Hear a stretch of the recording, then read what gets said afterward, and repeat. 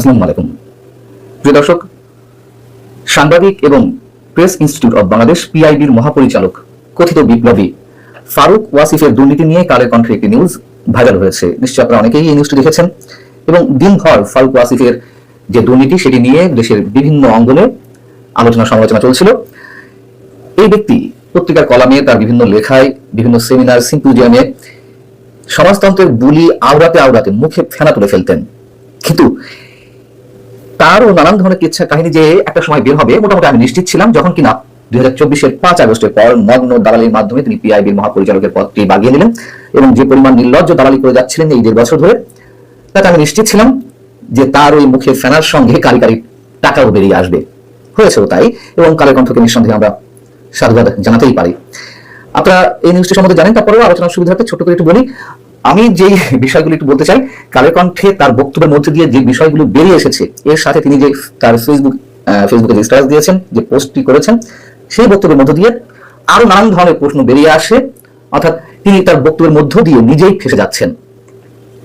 বিষয়টি হচ্ছে যে গত বছর 28 এবং 19 ফেব্রুয়ারি পিআইবিতে 4টি অনুষ্ঠান হয় এবং এই অনুষ্ঠানের নামে সাংবাদিকদের প্রশিক্ষণ ভাতা, প্রশিক্ষক হিসেবে বিভিন্ন বিশ্ববিদ্যালয়ের শিক্ষকদের ভাতা, খাওয়া দাওয়া, অনুষ্ঠান, ব্যানার, ফেস্টুন ইত্যাদি ইত্যাদি বিভিন্ন খাত থেকে, মানে বিভিন্ন খাতের বিপরীতে প্রায় 24 লাখ টাকার দুর্নীতি এই ফারুক ওয়াসিফ করেছেন, তেমন কথায় কালের কণ্ঠে বেরিয়ে এসেছে এবং কালের কণ্ঠে যথেষ্ট তথ্য প্রমাণ দিয়ে এটি এস্টাবলিশ করার চেষ্টা করা হয়েছে।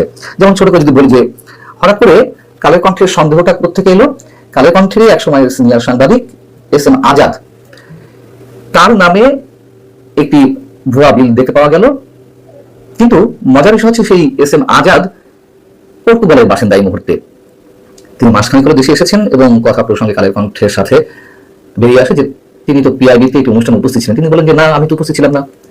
তার স্বাক্ষর করা ভাউচার দেখানো হলো, সেটি মোটামুটি বোঝা গেল যে জাল করা হয়েছে। আবার এই যে দুটি সেমিনার অনুষ্ঠানের কথা বলা হয়েছে, 200 জন করে মোট 400 জনকে মোট 4 লাখ টাকা যে ভাতা দেওয়া হয়েছে, তার মধ্যে অধিকাংশ সাংবাদিকই ঢাকা, চট্টগ্রাম এবং খুলনার সাংবাদিক। তো খুলনার সাংবাদিক শামসুজ্জামান শাহীন তিনিও যথাযথ বলেছেন যে আমি তো ওই সেমিনারে উপস্থিত থাকার দূরের কথা, এমন কোন সেমিনারের কথাই শুনিনি। এবং যথারীতি তার নামে যে ভাউচার, তাতে যে সিগনেচার, সেটিও যে জাল করা হয়েছে তিনি সেটি জানিয়েছেন।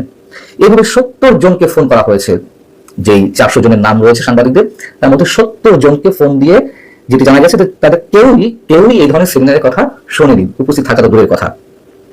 আবার যারা আলোচক হিসেবে ছিলেন, যাদের নামে ভাউচার করা রয়েছে, তেমন কয়েকটি বিশ্ববিদ্যালয়ের শিক্ষকদের বক্তব্য নেওয়া হয়েছে।